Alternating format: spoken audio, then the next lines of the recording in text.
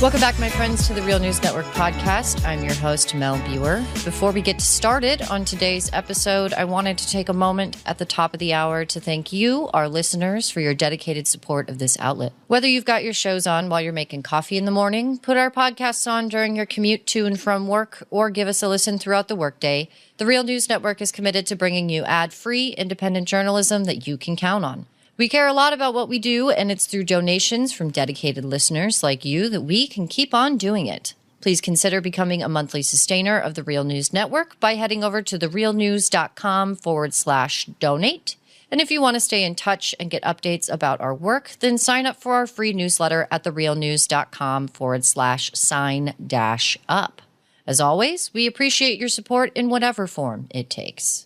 Since October of last year, the response to the war in the Middle East has become a flashpoint in an ongoing battle over freedom of expression on university campuses. In the last few months, university faculty members have been suspended, adjunct professors have been investigated, and students and student groups have been harassed and intimidated by outside organizations and university administrations alike. According to reporting by the New York Times, Palestine Legal, a civil rights organization, has, quote, received more than 450 requests for help for campus-related cases since the Hamas attack, more than a tenfold increase from the same period last year. The cases include students who have had scholarships revoked or been doxxed, professors who have been disciplined, and administrators who have gotten pressured by trustees, end quote. While universities have historically been the site of spirited and often contentious debate over these issues related to Israel-Palestine, the increased instances of censorship and punishment by administrations opens a disturbing new chapter in the fight for free expression on college campuses. With me today to discuss these concerning new developments is David Palumbo-Liu, Louise Hewlett Nixon Professor and Professor of Comparative Literature at Stanford University. His interests include human rights, race, gender, ethnicity, indigeneity, and environmental justice. His writings have appeared in The Washington Post, The Nation, The Guardian, Al Jazeera, Truth Out, Salon, and elsewhere. His latest book is Speaking Out of Place, Getting Our Political Voices Back from Haymarket Books, and he is one of the hosts of a podcast also called Speaking Out of Place, where he and fellow co-host Aziza Kanji talk about decolonization and anti-racism, climate justice, and Palestine, among other important topics. Welcome to the show.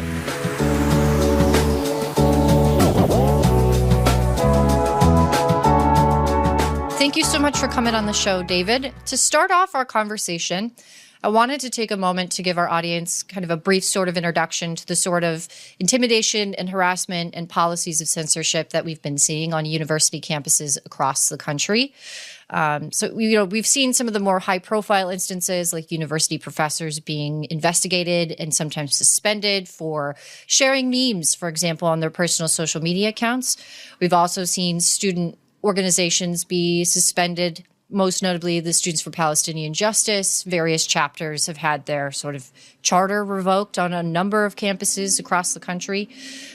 Is there kind of I think the way that we can kind of start this conversation is to take a broad stroke sort of look at the sort of actions that universities have been taking against their students and faculty. What are some of the stories that you've been hearing, or how can we start this conversation? Well, it ranges from everything from being brought to meet administrators to have friendly conversations about, hey, what are you all doing, saying these things or organizing these events because they are disturbing students. And that's left sort of open but understood. To disciplinary actions like the revocation of membership or the right of organization to bear the university's name, to harassment of professors coming in and saying, we again, largely on the basis of hurt feelings and being upset about certain things being said. In some ways, it's important to note that this has been going on for a long, long, long time. But there's a very disturbing new wrinkle these days. So if you'd like, I could talk about a brief sketch of the history to what's happening today and why it's so unusual. Absolutely. Okay, so I would say, just autobiographically, I'm a scholar of comparative literature. and race and ethnicity. And my first work was on Asian American studies, et cetera. So way back in 2013, the Association for Asian American Studies became the first academic organization to endorse BDS. And we were a mighty group of like 500 people. And we voted unanimously for it because it made all the sense in the world. We were hit immediately by press, by members of Congress getting down on our case. And this was amazing to me that we were insignificant. I mean, we would like to believe we were significant in important ways, but no, it was purely because of our vote. And what we see today has so many elements of it. I was thinking about that when I was invited onto your show, because the way I got involved was there was a lot of racism, along with just upset about criticizing Israel. And the racism took the form of, what would Asians know or care about Israel-Palestine? And so you all don't know this stuff, stay in your lane, et cetera.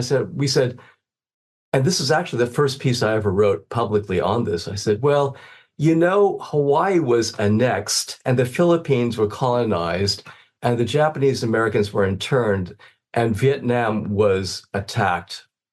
So we understand these issues of indigeneity and colonization and imperialism just fine, thank you. Mm-hmm. But it was the year later in 2014 when the Association for American Studies voted for the boycott.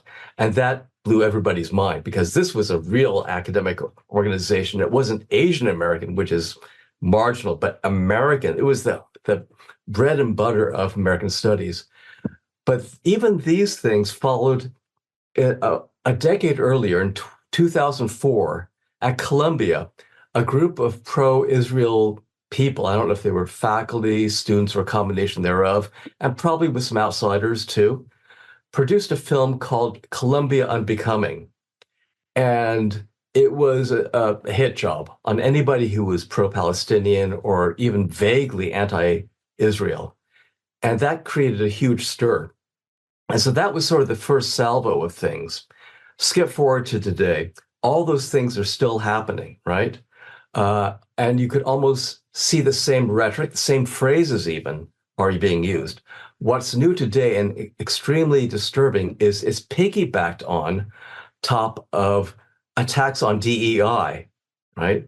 And there's a really good reason for that. And the current hearings at the ICJ bear it out. This is really a battle about imperialism and colonialism, really. And the racial elements come out very starkly.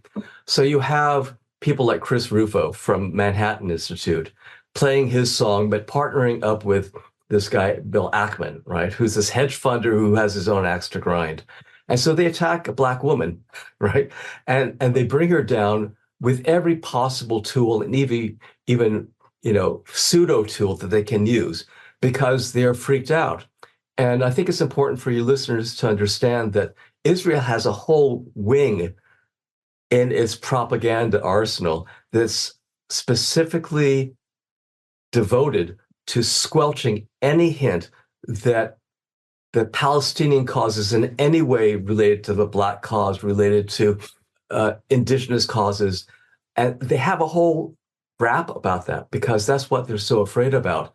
And what's happening now is that there's this new legislation that brings in that exploits already existing legislation about partnering with foreign elements, right? And it works in both ways. Students for Justice in Palestine and and a new group called Faculty for Justice in Palestine, which is sort of a supporting organization, are being threatened with being characterized as under the sway of a foreign terrorist organization, right? That we support Hamas and therefore we are, much like South Africa, as remember, the ICJ was accused of being agents for Hamas. Mm-hmm. The same thing is being extended across the ocean to the United States. By the same token, a lot of these pro-Israel groups are partnering with Israel. I mean, there's, I can tell you from my experience, there is clear evidence. In fact, they're proud of the fact that a lot of the anti-boycott people in the United States are colluding with or working with the state of Israel. So it's become an international issue that is taking shape in nearly every country in the West, in these formations. So it's not just the United States. I would say in Germany it's even worse, but France, England, all have some version of this going on. Right. I think it's important to kind of draw attention to the tiered nature of work in higher education in the context of this conversation, because what we see is tenured professors who have often the backing of a union, who are full-time workers at the university, are experiencing a different type of censure, perhaps suspension. The classes get canceled, but they're still employed by the university, right? There's an additional sort of element of intimidation that happens to contingent faculty, to adjuncts and associate professors who are, often don't have the benefit of union representation, who are often kind of regarded as independent contractors. I mean, I was an adjunct professor for a couple of years before I became a full-time journalist here. So I understand the precarity, right? I understand the anxiety of precarity, and I understand the anxiety of self-censorship on tough topics that, aren't even remotely related to what we're speaking of today, in order to preserve livelihood, right? And that adds an additional element to this. I imagine that these campaigns that are waged against faculty members and students, but faculty members like we're speaking of, from these donors, these outside organizations, the folks who are engaging a lot of resources and time and money in doxing these professors and, putting them up on these websites like the Canary website, right? That contributes to this anxiety and makes it difficult for this free expression to actually continue on these campuses. Do you have any thoughts about that? Yes. Well, I'm really glad you mentioned unions, because here at Stanford, last year, graduate student workers unionized. And one of their first big public acts was to come out in support of Palestinian labor. So it's this is another whole set of connections that Israel absolutely hates. But I think you raise a really important point, and I'm glad you mentioned the idea of self-censorship, because it works in really pernicious ways, even within the tenured faculty. And let me explain that by the time people become tenured, they become institutionalized, right? They become socialized to the institution. So even if they have, and I've seen this sadly in so many cases, strong liberal edging into progressive, probably not radical positions, by the time you become socialized, you don't want to make waves. So you are self-censoring.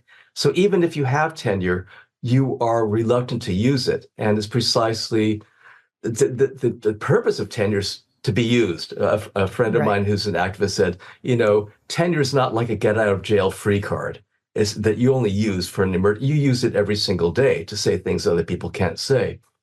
In savvy organizing on campuses, what one does is you distribute the labor so that faculty who are tenured do certain things that untenured faculty can't do, and then graduate student employees, et cetera, et cetera. So there is, and this is another thing that freaks people out. It was when we are talking with each other and strategizing and understanding, doing power mapping in institutions, that makes us formidable.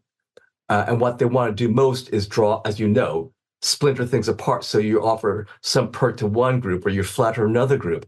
But precisely because this has been such an ongoing struggle, people are savvy to this. And this is another thing that frustrates our antagonists, is because they only have one tune to play.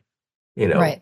They have more people joining in the chorus, but it's the same message. If you look at the playbook of hurt feelings, that's as old as the hills, and it's so thin. And yet what's scary now is it's because of this collusion of hedge funders, AMHA, Canary Mission, the State of Israel, and then the DEI folks, the Manhattan Institute, and its ilk. They have more amplitude, plus the fact that the media is totally bought into this because it sells whatever. And they're already, it conforms to the narrative of this whole issue began on October 7th, right? And so the the programmed amnesia as to how we got to this point in the first place is something that media, especially the American media, is totally bought into. So we have both much more power than we had before because it's now a global movement, but also the stakes are higher for the other side. And so they are really amping up their game. And it's going to be a war of attrition, essentially.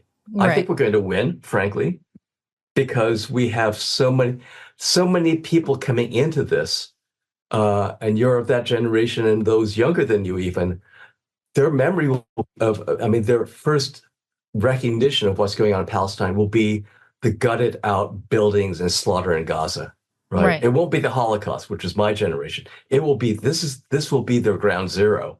Right.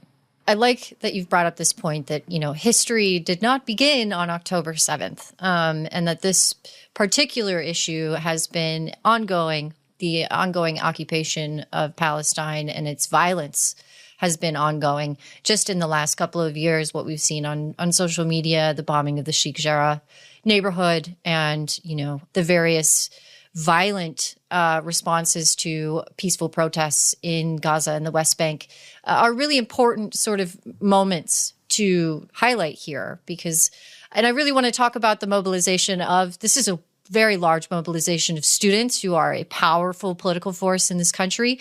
And, we're seeing the largest mobilization, anti-war mobilization since the Iraq War. And it's really kind of a wonderful thing to see the power that students are sort of taking back. And as a former academic, I love it. I love to see it, right? But I think, it's good to point out that this cannot be viewed in a vacuum, that the legacy of this extends farther than propaganda would like us to believe. And I think a huge problem is that, especially in the last 10 years or so, what we've seen is this concerted effort by fringe groups on the far right who have made their way into positions of power at the federal and state levels to really kind of separate us from that history and to use pervert the sense of academic expression and freedom in order to continue this sort of project of censorship. And I wonder if you had additional thoughts about that. Well, I think that when we talk about the media, and you brought this up earlier, that so much of what we know and understand and act on the basis of does not emanate from the mainstream media, right? That we are so tuned into alternate media.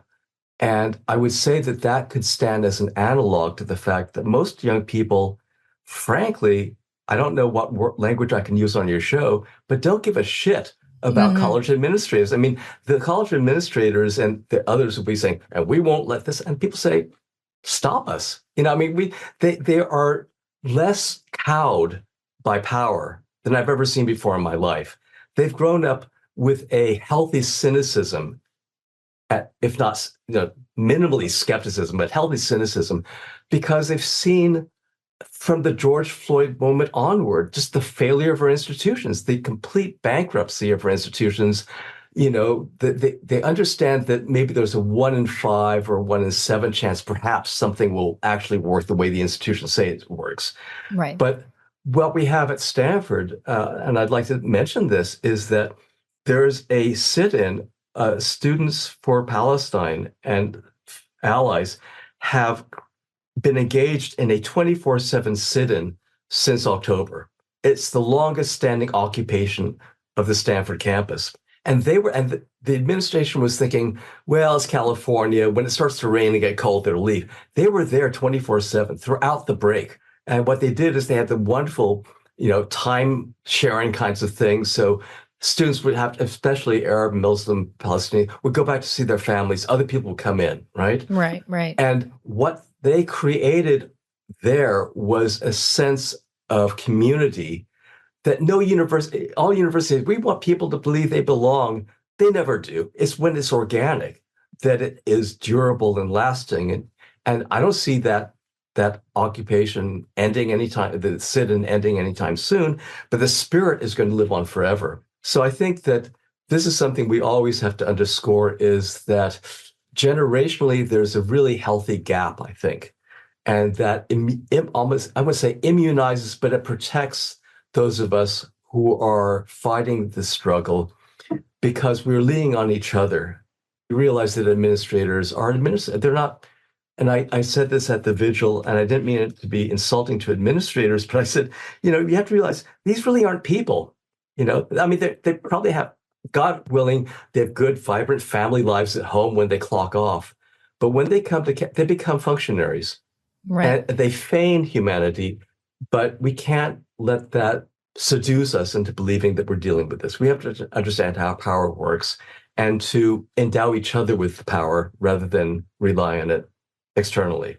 I think that's a good point to bring up. I was reading a recent New York Times article that kind of talked about the battle for free academic expression on campuses as it relates to the Israel-Palestine conflict. And there's a crucial point in there that students do not view the sort of reactionary, uneven application of policies, perhaps, or the sort of restricting of these campus groups as anything other than ham-fisted attempts by the university to exert some control. And they will naturally react to that because that's generally what happens when you have this kind of power imbalance on college campuses. And, we saw this when I spoke to these really wonderful Dartmouth undergrads who are, very smart young people. They also viewed the same thing. They were arrested for trespassing. The university president had called the police on them for maintaining, a 24/7 vigil.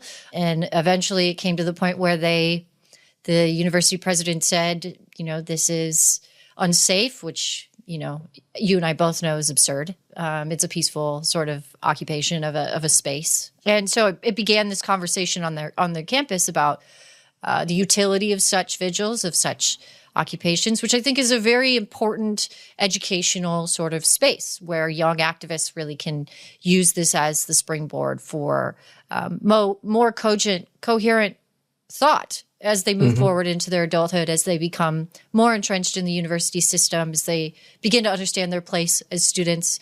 I think that's great. I think it's encouraging to see because it has not stymied the efforts of, again, one of the largest student mobilizations we've seen in a generation, But there is the problem of these outside organizations engaging in harassment campaigns, intimidation campaigns. I'm thinking of students' faces being plastered on billboards, and driven around school campuses.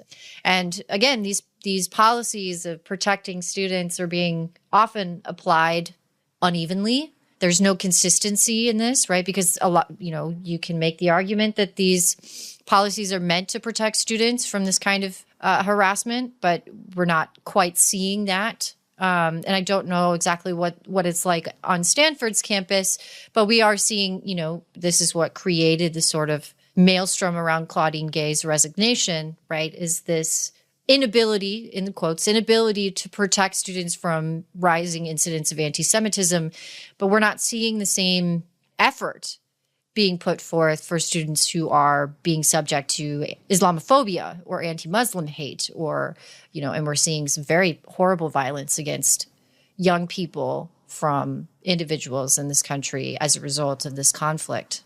So I guess in terms of just conversation point, that's really something that I want to bring up. And I also would like us to kind of maybe think about what is the way forward for universities. The opinion in this New York Times article is that these policies need to be applied even-handedly, consistently, without prejudice, in order to protect all students who are involved in an important, very contentious conversation. What are your thoughts about that? What do you think about just the broad sort of application here and how we can kind of move forward without unnecessarily curbing the free expression and free speech of students on university campuses in the United States? Well, a wonderful Palestinian American poet, Remy Kanazi, posted on his Instagram something that has obviously stuck with me.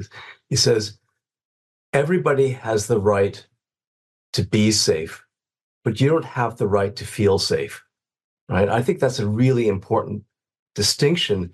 And I want to commend our leadership who came up, we just began our term with a very brief statement that said, we're a university, our stock and trade is debate, is contesting assertions and being able to learn from the different back and forth, the usual stuff. And they said, but with that comes our obligation that everybody is physically safe. And I wrote them immediately thanking them, because it's really important to underscore that, yes, everybody has the right to be physically safe.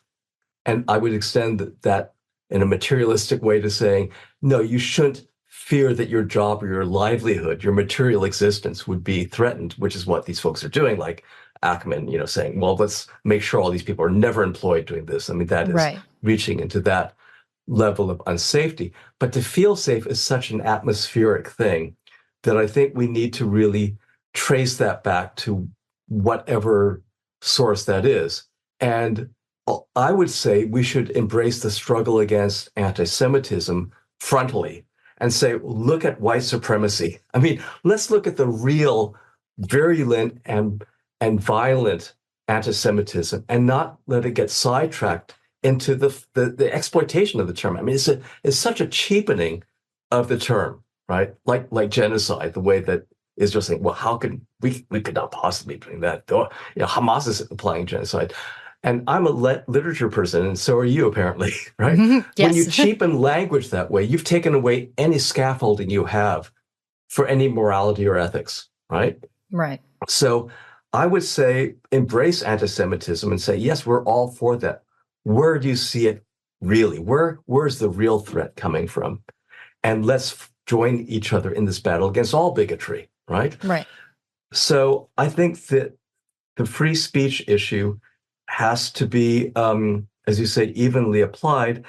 But more importantly, perhaps, is the step that we need to take before we get there, which is to find out on what terrain and through what arguments is it being unevenly applied, right? But let's disarm that bifurcation so we understand better what's going on, because I think in understanding the bifurcation, we already have gone a long way toward being able to be more even-handed about this.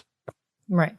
Just to clarify, so, what we're talking about here is embracing the attempts to really combat anti-Semitism, to embrace anti-Semitism, I suppose, and to really understand that you are correct. The white supremacist project loves to pervert this and to use these terms, to use these struggles as a way to further the white supremacist, white nationalist project, especially on college campuses.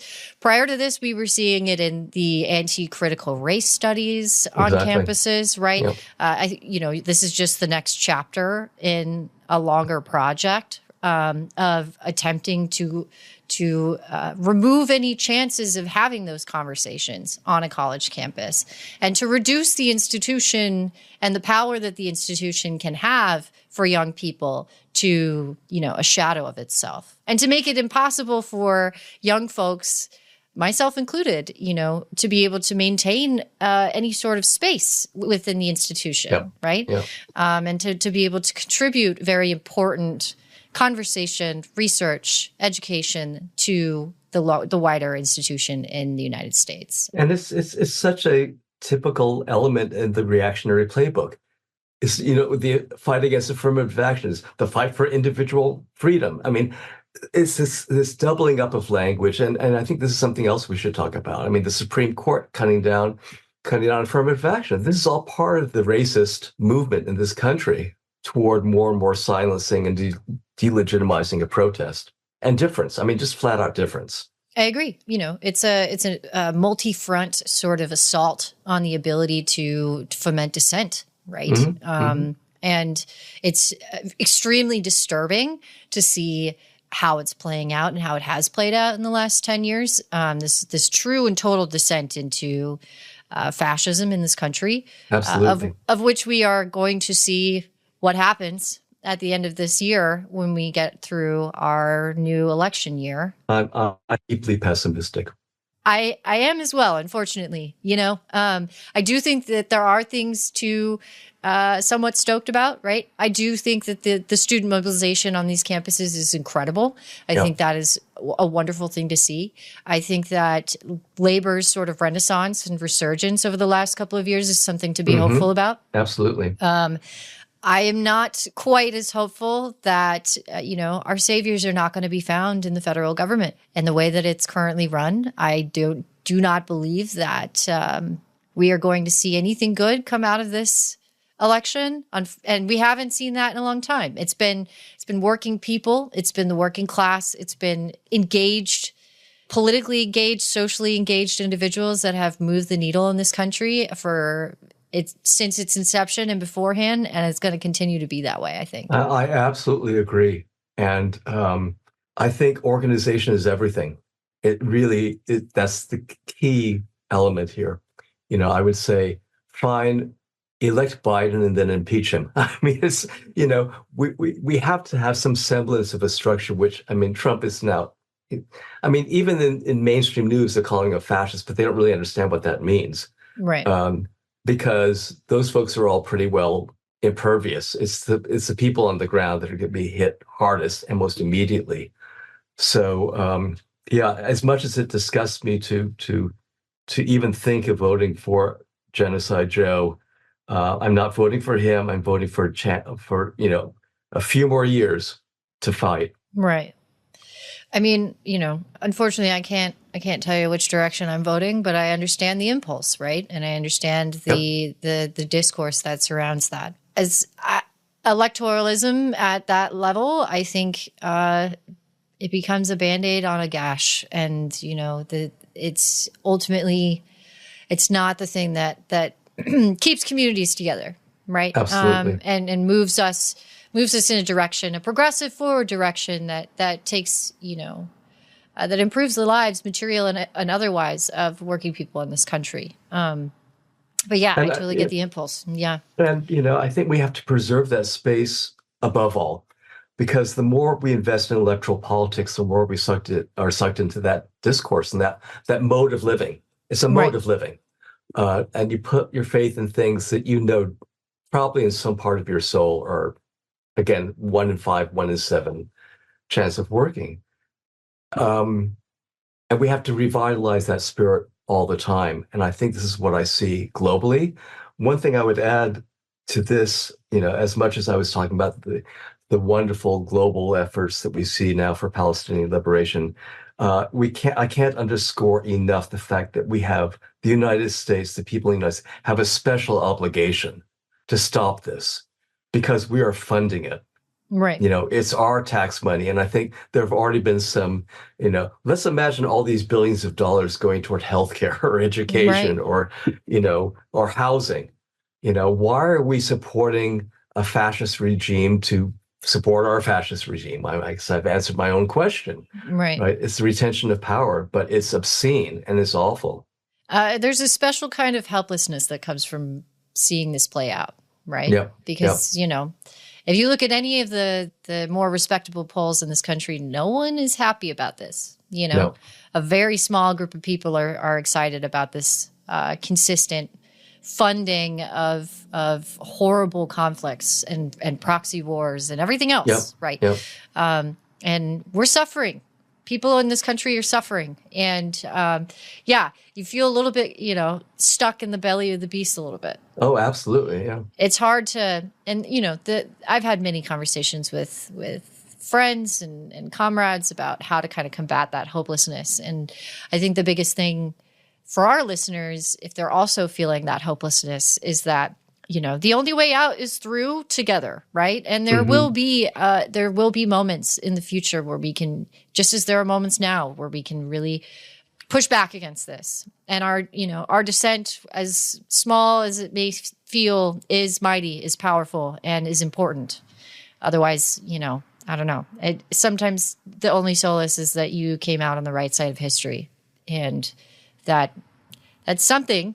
Well, that's something. I don't know what the ethics of podcasting is or are, but could I mention something that a conversation took place on a podcast I did? Sure. Is that okay? Sure, absolutely. Cross-branding here, but I interviewed this amazing Taiwanese activist couple that are older than I am, even older than me. And they got involved. They started working against fascism in Taiwan, because of the layers of Japanese occupation. Then the Kuomintang comes in and they were fighting for indigenous rights, land rights in Taiwan. They come to the United States to study chemistry. They land in Chicago in 1968. They immediately become radicalized. They learn about America's dirty wars in Latin America. They protest what's going on in Chile. They were in the flotillas, the Turkish flotilla that tried to breach the blockade of Gaza. They were on board. He was on board that ship where the Israelis killed people, right? And then they take it upon themselves to become interested in the Spanish Civil War and the International Brigade and the way that Asian and South Asians were involved. And they start interviewing all these veterans of the International Brigade. And one of the people they talk to first is Kenneth Graeber, David Graeber's father. Long story short, they've been very active here at Stanford. And I met them at a Palestine rally. And I interviewed them. And the woman said, thinking about the International Brigade, when you have 40,000 volunteers, most of whom didn't speak each other's language, but they saw that as the front line of the fight against fascism. And, they could see the Second World War on the horizon. Right. And she said, when I think of those people and when I think of what the Palestinians are going through now, I feel I don't have the right to despair, right? That there's something that drives you beyond any calculation of victory or particular outcome. You just feel, and this is how I feel every day when I don't know how you feel, but sometimes I catch myself smiling. I think, how can I smile? How can I feel happy with what's going on in Gaza? And then I think by the same token, the Palestinians are depending on us. We can't afford to have that despair weigh on us so much that we don't do whatever we can manage to do that day or that moment. So I think, your work and the work of others like you is so important. We just have to keep the rhythm going because one person will pick up the beat when the other person falters. I agree. I think also that's I do want to talk about your podcast, by the way. I do have a question about it. So thank you for bringing it up. But I do, just to sort of put a pin in this conversation we're having, I have a lot of conversations particularly with another podcaster, a wonderful friend of mine. His name is Aaron. And we talk a lot about the sort of anxiety, the existential anxiety of being politically active, being progressive, and staring down the barrel of what climate apocalypse, a breakdown of empire, what that looks like for those of us in the empire. It's not pretty. It's not pretty now. And trying to find ways forward to really we don't want to fall into despair, right? And for us, really, we've kind of taken a long view of our participation in these movements as we may not see the ultimate outcome in our lifetime, but we have carried the torch forward, right? And that in itself is a worthy endeavor. And God willing, we see it in our lifetime, right? We see the sort of clouds breaking, and all of the work of generations of individuals will be rewarded with something beautiful. And same thing in Palestine, right? And to take that sort of view of things takes the edge off the existential dread. And makes you feel, as you should feel, part of a much larger project that is way bigger than you, me, or anyone else. And I think that's an important kind of note there to sort of to remember that optimism is important. That sort of long view of your participation in history is important, and that without it, you really aren't effective. You as a person can't participate fully in your own life or in the movements in which you esteem so highly. Well, I think, ironically, our opponents or antagonists have done us the great favor of consolidating into a very identifiable group. In other words, they don't know what they're fighting. It's like wokeness, it's very amorphous, and we can sort of like it's like whack-a-mole. We can pop up any place, Right. and in different. And I see it in my students, and it's ironic in the middle of Silicon Valley, or maybe not. Maybe it's the most logical thing in the world, but it's capitalism. I mean, it really it's so it just all bleeds into this capitalism class, and environmentally people get it absolutely. The extraction, the ruthless exploitation of everything in the world, everything for what? For the instantiation of endless need for things that we don't need actually, and Yeah. the siphoning off of resources, and look at the Middle East.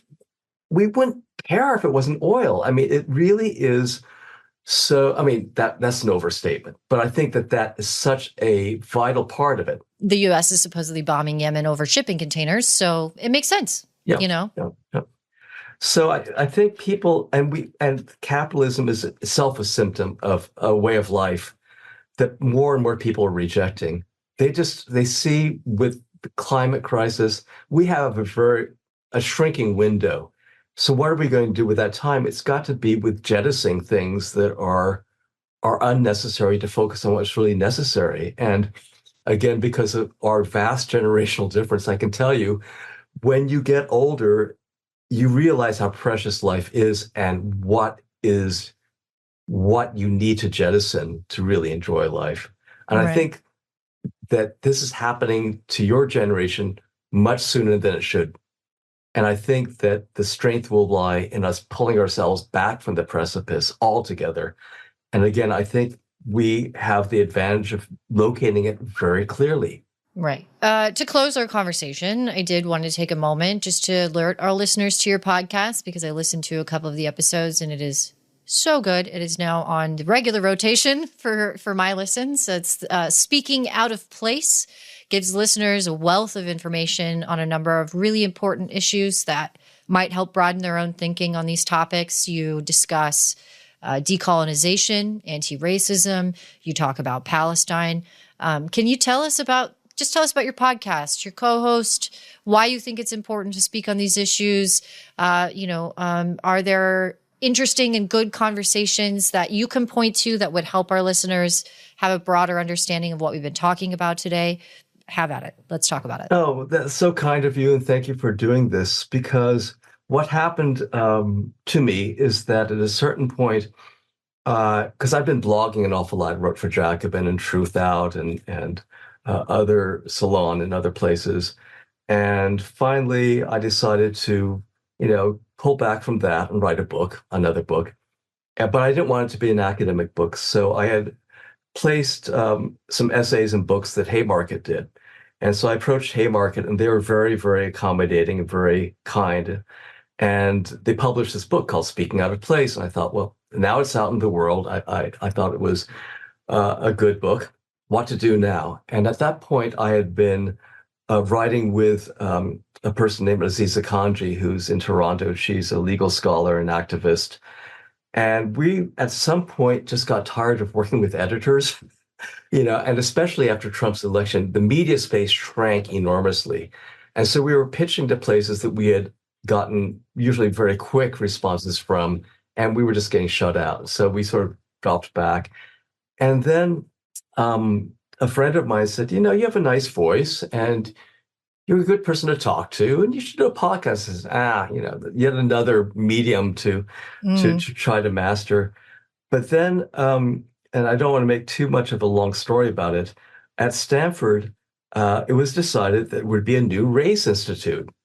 And the advertising for the Race Institute was frankly obnoxious and terrible and toxic and managerial.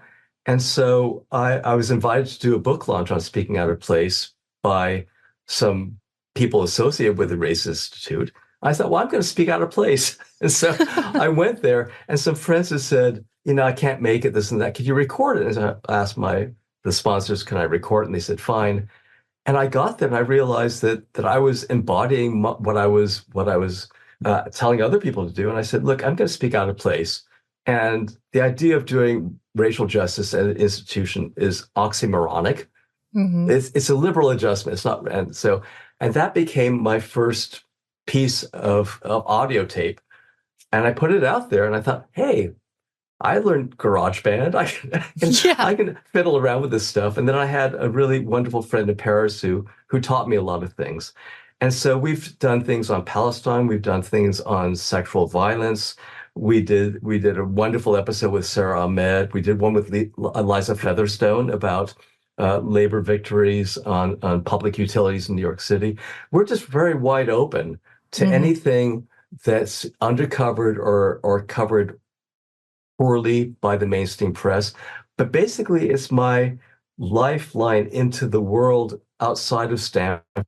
And so I invite any listener of yours to contact me and pitch something. I love talking with people. We did one with an indigenous legal expert in Canada about how indigenous law doesn't look at the laws of humans, but the laws of nature. And we paired him up with a guy named Paco Calvo who talks about plant sentience.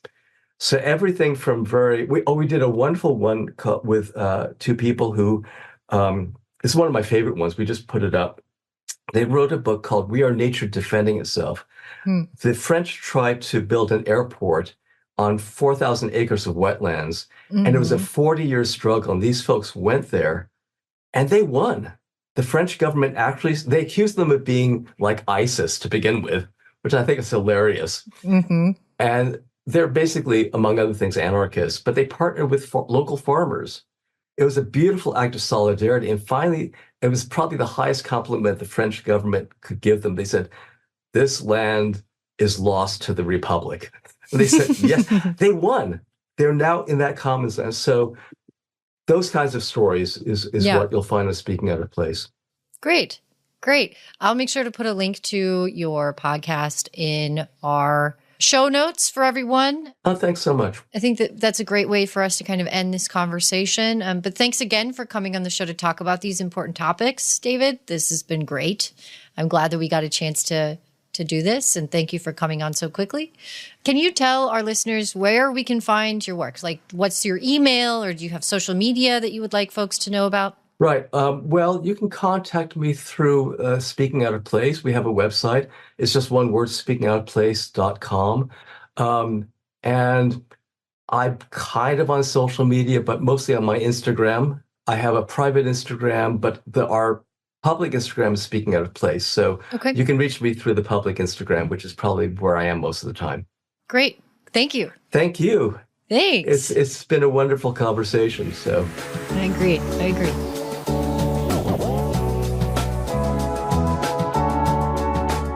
That's it for us here at the Real News Network podcast. Once again, I'm your host, Mel Buer.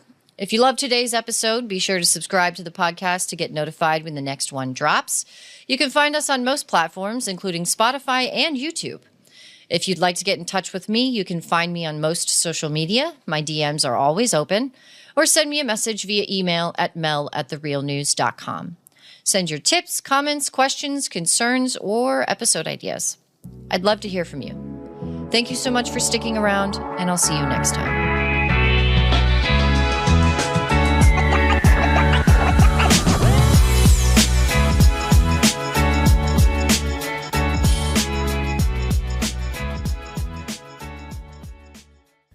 Thank you so much for watching The Real News Network, where we lift up the voices, stories, and struggles that you care about most.